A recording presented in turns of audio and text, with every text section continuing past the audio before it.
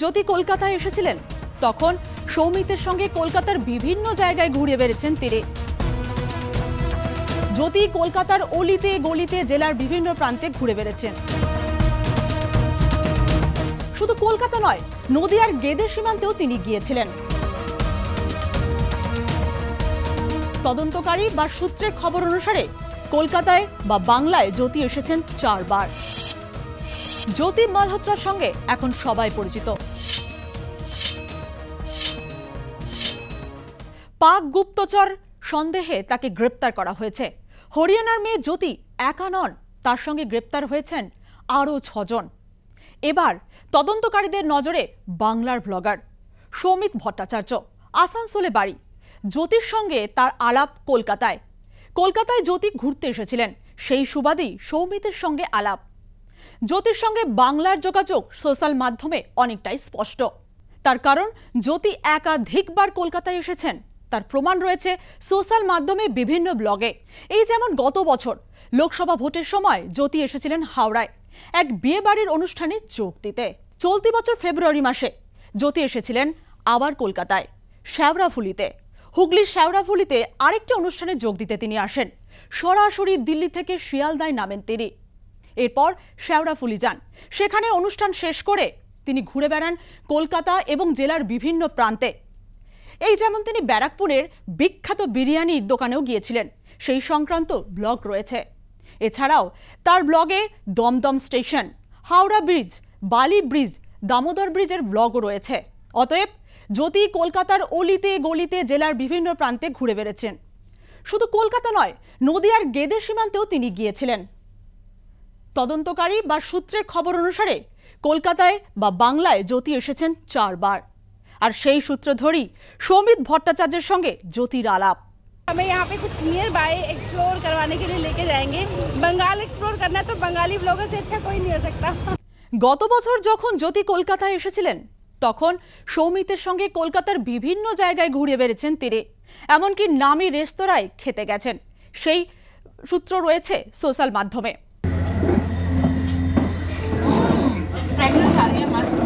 শুধু কলকাতা নয়, জ্যোতির কাশ্মীরের জম্মু কাশ্মীরে ঘুরতে যাওয়ার সফর সঙ্গী ছিলেন এই সৌমিত ভট্টাচার্য। জম্মু কাশ্মীরের বদগাম জেলার দুধগামে গিয়েছিলেন তারা ঘুরে বেরিয়েছেন জম্মু কাশ্মীরের বিভিন্ন জায়গায়, সেই সংক্রান্ত ব্লগও রয়েছে সোশ্যাল মাধ্যমে। जन्नत नहीं है, यहाँ के लोगों से, यहाँ के प्यार से ये जन्नत बनता है। Beautiful experience in Dal lake. Soumit Bhattacharya উচ্চশিক্ষিত পরিবারের সন্তান। সৌমিতের বাবা পার্থপ্রতিম ভট্টাচার্য উলুবেড়িয়ার এক কলেজের অধ্যক্ষ তিনি। মা দিল্লির ইন্দ্রপ্রস্থ বিশ্ববিদ্যালয়ের অধ্যাপিকা।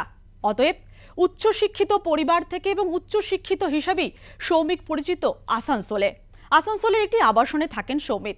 শুনুন প্রতিবেশীরা কি বলছেন সৌমিত সম্পর্কে। আমরা জানতামই না কে কোথায় ভ্রমণ করতে যাচ্ছে। এখন ধরুন আমরা জানতাম বাইরে পড়াশোনা করছে, তাদের মা এখানে থাকে না, বাবা থাকতো, বাবা ছিল ইঞ্জিনিয়ারিং কলেজের প্রিন্সিপাল।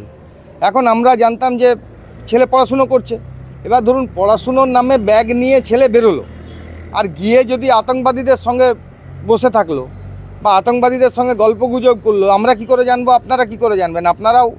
আপনারা তো আসানসোলের মানুষ, আপনারাও তো, বা আমাদের আশেপাশে অনেকে আছে, পাশের বাড়ির লোক কী করছে না করছে আমরা তো অনেক সময় জানতে পারি না। দেখা যায় তারা অনেক বড় কাণ্ড করে বসে আছে। বিগত 1-2 মাস এইমাত্র বলতে পারেন আপনাদের কাছে খবর পাওয়ার পর, সকালে খবর পাওয়ার পর একটু আগেই লোকাল থানা আইসি সাহেবের সঙ্গে কথা বললাম যে আপনারা এটা জমা নিচ্ছেন না কিন্তু 2 মাস ধরে, এর মধ্যে ভাড়াটিয়া ঢুকছে। আমরা কিন্তু ফর্ম ফিল আপ করিয়ে রেখেছি, আপনারা বল কোর্টে ঘোরাচ্ছেন, এই থানা থেকে ওই থানা বলছে কমিশনার অফিস, আমরা কোথায় যাব?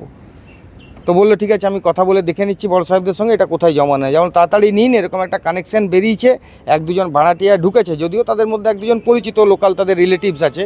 কিন্তু কথা হচ্ছে কে কোথার থেকে কি করবে আমরা তো জানি না। সৌমিত্র কেমন চলেছিল আমরা খুব ভালোভাবে বলতে পারবো না, কারণ আমাদের সাথে মেলামেশা করতো না, আমাদের সাথে একদমই মেলামেশা করতো না। আমাদের এখানে বিভিন্ন অনুষ্ঠান হতো, দুর্গাপুজো, কালী পুজো, সরস্বতী পূজা, রবীন্দ্র নজরুল সন্ধ্যা, 26শে জানুয়ারি, 15 আগস্ট, কোনো অনুষ্ঠানে ওনাদেরকে দেখা যায়নি। ওনারা নিজের মতো থাকতো, নিজের মতো ওরা চাকরিজি করতো, আর কী করতো আমাদের জানা ছিল না। একমাত্র ওদেরকে মাঝে মাঝে দেখতাম আমাদের স্ট্রিট ডগকে খাওয়ানোর জন্য, সেটুকুই আমরা লক্ষ্য করেছি। তার বেশি আর কিছু। আমাদের সাথে কথাবার্তা একেবারেই ছিল না, কথাবার্তা খুবই কম বলতো, খুব রেয়ার হলে ওর বাবা কখনো এক রাস্তায় দেখা টাকা হলে বলতো কেমন আছেন টাছেন, কী হচ্ছে না হচ্ছে, সোসাইটি কেমন চলছে, এইটুকুই আর কি, তার বেশি আর কিছু কথাবার্তা হতো না। এটা আতঙ্কের জিনিস, আর শুধু আতঙ্ক নয়, এটা লজ্জাজনক জিনিস আমাদের সোসাইটির পক্ষে যে এরকম একটা মানুষ আমাদের এখানে ছিল। তো এটা আমাদেরকে আগেই বললাম যে এইভাবে এরকম ধরনের মানুষ যাতে আমাদের এখানে না আসতে পারে সেইভাবে আমাদের প্রিকশন নিতে হবে।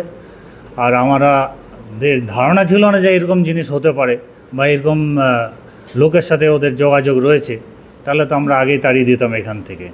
যাকে নিয়ে এত কথা সেই সৌমিত ভট্টাচার্যের সঙ্গে যোগাযোগ করেছিলাম আমরা। তিনি আমাদের জানিয়েছেন এই নিয়ে তিনি কোনো ভাবিত নন, তদন্তকারীদের সঙ্গে তিনি সহযোগিতার আশ্বাসও দিয়েছেন।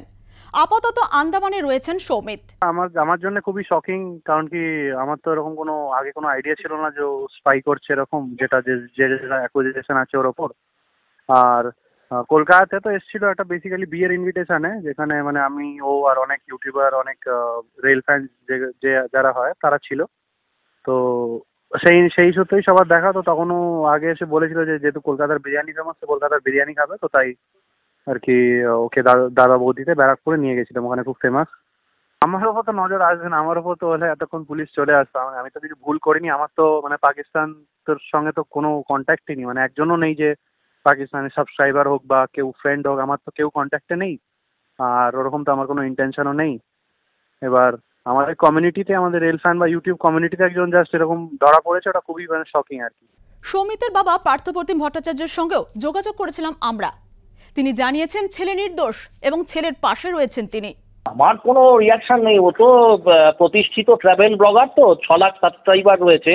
এবার সেই হিসেবে ভারতবর্ষের বিভিন্ন প্রান্তে ট্রাভেল করতে হয়। এবার ধরুন কখন মানে কার সাথে কোথায় আলাপ, কি ব্যাপার, ওর সাথে যেমন ওর সাথে রেলওয়ে মিনিস্টারেরও ছবি আছে। নরেন্দ্র মোদীও যখন ইনোভেশন অ্যাওয়ার্ড দিয়েছে ওদেরকে ইনভাইট করেছিল। এবার ওর সাথে কার সাথে কোথায় কথা হচ্ছে সেটা তো আমার পক্ষে বলা সম্ভব না। সৌমিত ভট্টাচার্যের গতিবিধি তদন্তকারীদের নজরদারিতে, তিনি তদন্তের ঊর্ধ্বে নন। এখন দেখার কোথাকার জল কোথায় গড়ায়।